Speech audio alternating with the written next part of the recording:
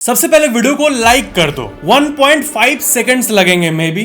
Dark web का एक ऐसा काला सच जिसको सुन के आपको लगेगा कि इंसानियत है कि नहीं भाई, और नॉर्मल से दिखने वाले डीजल इंजन्स का एक ऐसा सीक्रेट जो सुन के आपके होश उड़ जाएंगे। और एक पूरे शहर के सारे पिजियंस पे ग्लू लगाकर हैट किसने चिपकाया, ये क्रिमिनल अभी भी बाहर है। और एमिनेम की मदर का एमिनेम पर ही केस, और एम्बुलेंस का असल वैल्यू। और अगर आज वैज्ञानिक धरती को डोनट के शेप में बना दे तो क्या होगा। ऐसे ही कई इंटरेस्टिंग रैंडम अमेजिंग फैक्ट्स आज आप इस वीडियो में जानोगे। जैसे कि मैंने कहा, वीडियो को लाइक जरूर कर देना। Psychopaths and dark web. Dark web के बारे में मैंने आपको बहुत सी चीजें बताई है, लेकिन यहाँ पर मैं आपको एक फैक्ट से डार्क वेब वाला फैक्ट को रिलेट करना चाहता हूँ। किससे? साइकोपैथ वाले फैक्ट। आपको पता होगा कि किसी का माइंड किस लेवल तक गिर सकता है। अब गिर सकता है जब मैं बोलता हूं तो ये डोपामिन लेवल्स की बात हो रही है। किस चीज से इंसान को खुशी मिलती है। एक बच्चे को अगर आप टॉफी दे दो उससे उसको खुशी मिलती है, लेकिन अगर आपको मैं एक टॉफी दूं तो आपको खास खुशी नहीं मिलेगी। आपको मैं एक लैम्बोर्गिनी लाके दे दूं with life time free maintenance तो आप कहीं ना कहीं बहुत खुश हो जाओगे। हो गया। एक साइकोपैथ अगर आप हो तो आपको मैं लैम्बोर्गिनी दूं या 70 करोड़ का बंगला दूं, आपको खुशी नहीं मिलेगी। आपको खुशी पता है किससे मिलेगी? किसी का मैं गला आपके सामने काट दूं, वो तड़प तड़प के मरे, इससे आपको खुशी मिलेगी। ऐसा माइंड का लेवल हो जाता है। मतलब डोपामिन रिसेप्टर्स इतना इनसेंसिटिव हो जाता है कि नॉर्मल चीज से प्लेजर मिलेगी ही नहीं, और इन्हीं को साइकोपैथ कहते हैं। आजकल एक चीज है जो सबको साइकोपैथ में कन्वर्ट कर रही है, पता है क्या? Online reels. बहुत कोई ज़ॉम्बी की तरह बैठे बैठे घंटों रील देखते हैं।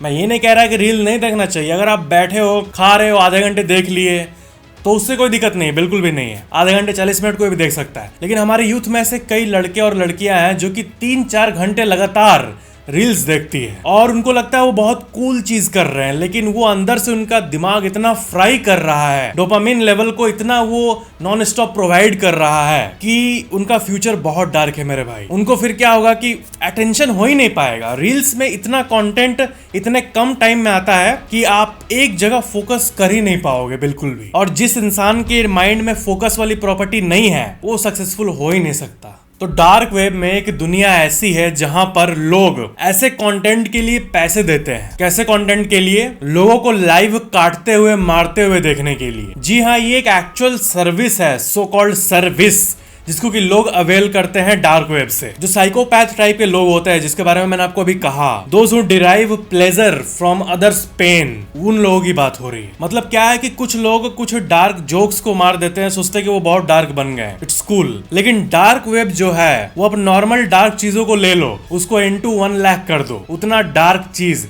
जो आप कभी सोचे भी नहीं होंगे, वो सब चीजें डार्क वेब पे मौजूद है। जैसे कि आपने देखा, डार्क वेब अपने आप में एक अलग ही दुनिया है जिसमें आपको समझ ही नहीं आएगा कि क्या हो रहा है और क्यों हो रहा है। और जैसे कि आपको समझ आ गया होगा कि इंटरनेट एक ऐसी चीज है जिससे कि आप अपना लाइफ बदल भी सकते हो और बिगाड़ भी सकते हो। और कितना अच्छा होता ना अगर हमें पहले से ही पता होता कि लाइफ में क्या होने वाला है, यानी लाइफ किस डायरेक्शन में जाने वाली है, इसकी क्लैरिटी मिल जाती तो लाइफ कितनी आसान हो जाती। मैं खुद क्यूरियस था अपने लाइफ के बारे में जानने के लिए। कुछ इश्यूज चल रहे थे तो मैंने एक ऐप डाउनलोड किया, एस्ट्रोटॉक। उसके बाद एक बहुत ही शॉकिंग चीज हुई। मैंने संगीता जी नामक एक एस्ट्रोलॉजर से बात की। उन्होंने मेरा डेट ऑफ बर्थ और टाइम ऑफ बर्थ मांगा, और उसी से उन्होंने बता दिया कि मैं प्रोफेशनली क्या करता हूँ। और फिर मैंने टाइम वेस्ट नहीं किया, मैंने अपने फैमिली के बारे में और अपने बारे में बहुत कुछ पूछा। उनकी बताई गई बहुत सी बातें सही निकली। अब देखो, लाइफ में डाउट और इश्यूज तो आते रहते हैं। जो रिलेशनशिप में नहीं है वो सोचते हैं कि कब रिलेशनशिप में आएंगे।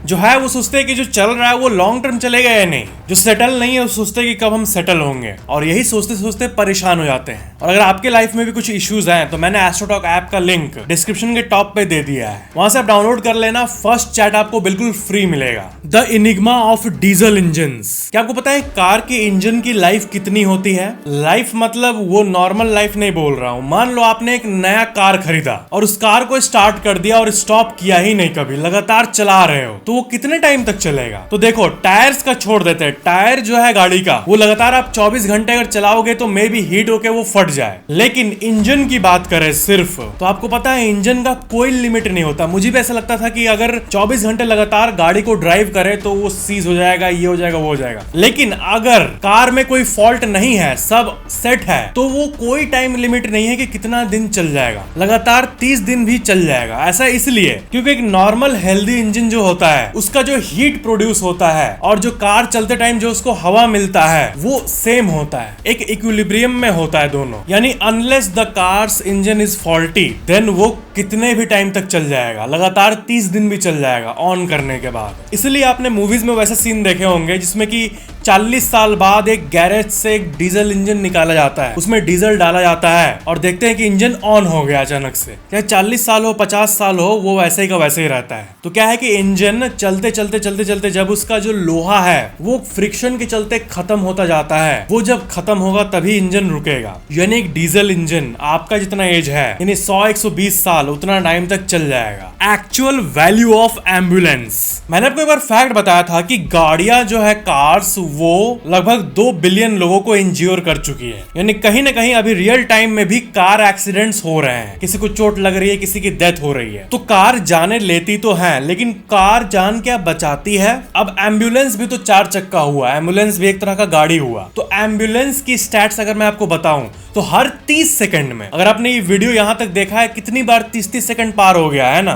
तो हर 30 सेकंड में एक जान एम्बुलेंस के चलते बचती है। ये इंपॉर्टेंस होती है एम्बुलेंस की। पूरे वर्ल्ड को आप एक साथ नहीं देख पाते इसलिए ये चीजों को आप महसूस नहीं कर पाते। लेकिन अगर आपको किसी तरह पावर्स मिल जाए कि पूरे अर्थ पे, पूरे ग्लोब के ऊपर आके आप देखो कि कहाँ क्या हो रहा है, तो आप देखोगे कि हर 30 सेकंड में एम्बुलेंस के चलते जान बच रही है किसी न किसी की। The beautiful Indian culture. कभी कभी मैं वेस्टर्न कल्चर को देखता हूँ तो मेरे को ये लगता है कि हमारा इंडियन कल्चर फार बेटर है, कुछ ज्यादा ही अच्छा है। ऐसा क्यों? क्योंकि मूवीज में आपने देखा होगा कि बचपन से बच्चों को अलग रूम में सुलाया जाता है। जैसे इंडिया में अटैचमेंट होता है उस तरह का अटैचमेंट नहीं होता है। आपने भूतों की मूवीज में देखा होगा कि बच्चा ऊपर अकेले सो रहा है, 2-3 साल का बच्चा है, अकेले अपने रूम में सो रहा है, कोई घोस्ट आया रूम में, कुछ इनकाउंटर्स हुए घोस्ट वाले, बच्चे को संभाला, तुम ठीक हो, तुम ठीक हो, फिर वापस सुला दिया, फिर वो लोग नीचे चले गए।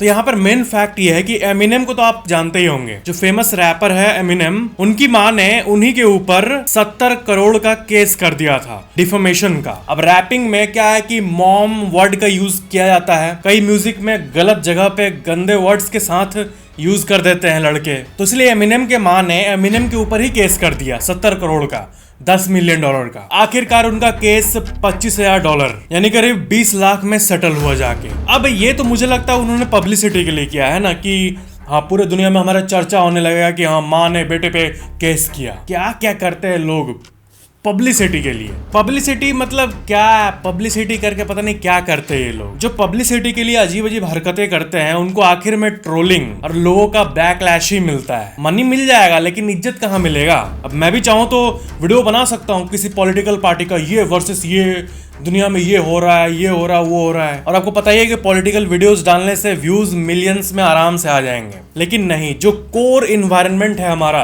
प्योर नॉलेज, उसी पे मैं स्टिक करूंगा। Deep reason behind trauma centres. आप लोगों में से बहुत लोगों ने पूछा है कि आप लोग जब भी मेट्रो से ट्रैवल करते हो या कहीं भी घूमते हो तो जगह जगह पर आप ट्रॉमा सेंटर नामक सेंटर्स को देखते हो।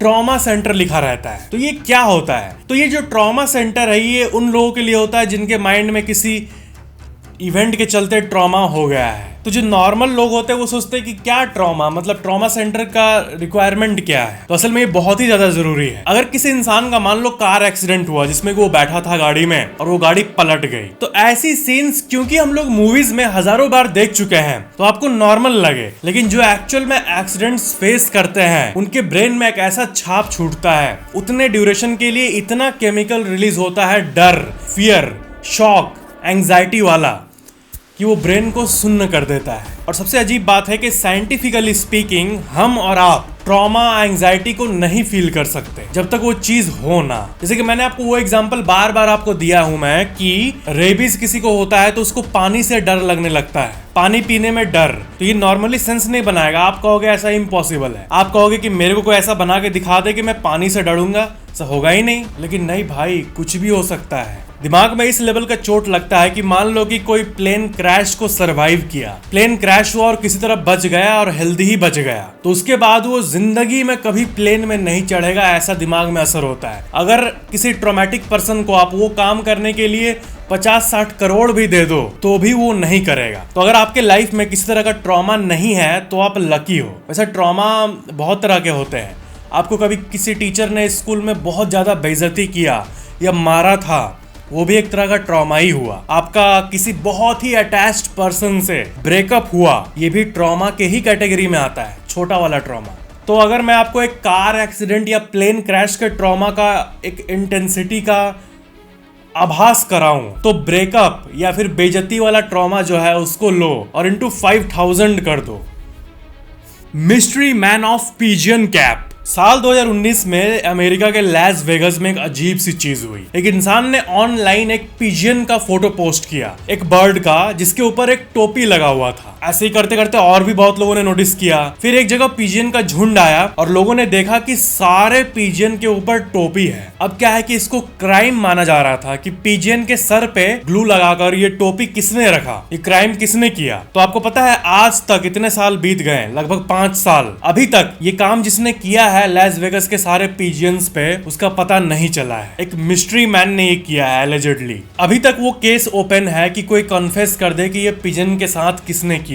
स्पेशली एनिमल राइट्स वाले तो अभी तक खोज रहे हैं। ये दुनिया के सबसे अजीब घटनाओं में से एक था, प्योरली अजीब। Buildings in the sky. मान लो अर्थ अगर डोनट शेप का होता तो बहुत लोग सोचते हैं कि क्या होता, आसमान कैसा दिखता। तो देखो ये है डोनट वाला अर्थ। अगर इस पार्ट में कोई रहता, बीच वाले पार्ट में, तो ये जब ऊपर आसमान को देख रहा होता तो लोगों को बिल्डिंग्स और घर और शहर नजर आ रहे होते हैं, जैसे हम अभी देखते हैं खुला आसमान। अगर डोनट शेप्ड अर्थ होता और इस पॉइंट पे अगर कोई रह रहा होता, तो क्योंकि अर्थ यहाँ पर डोनट शेप्ड का है तो ऊपर में जंगल, शहर, रोड, लोग, यही सब दिखते हैं बहुत दूर। आज तक डोनट प्लैनेट को पाया नहीं गया है, ये एक फैक्ट है। लेकिन अकॉर्डिंग टू साइंटिस्ट का मैथमेटिक्स ये एग्जिस्ट जरूर कर सकता है। तो मे बी हमारे यूनिवर्स में नहीं, लेकिन किसी मल्टीवर्स में maybe doesn't earth exist करता हो। दैट्स गजब। तो ये थे आज के फैक्ट्स। और हाँ फ्रेंड्स, एस्ट्रोटॉक ऐप को डाउनलोड जरूर करना। जैसे कि मैंने आपको बताया, फर्स्ट चैट कंप्लीटली फ्री होगा आपके लिए, लिंक डिस्क्रिप्शन के टॉप पे है। वीडियो को लाइक जरूर कर देना और शेयर जरूर कर देना और चैनल को सब्सक्राइब करके बेल आइकन जरूर ऑन कर लेना। Thank you for watching this video.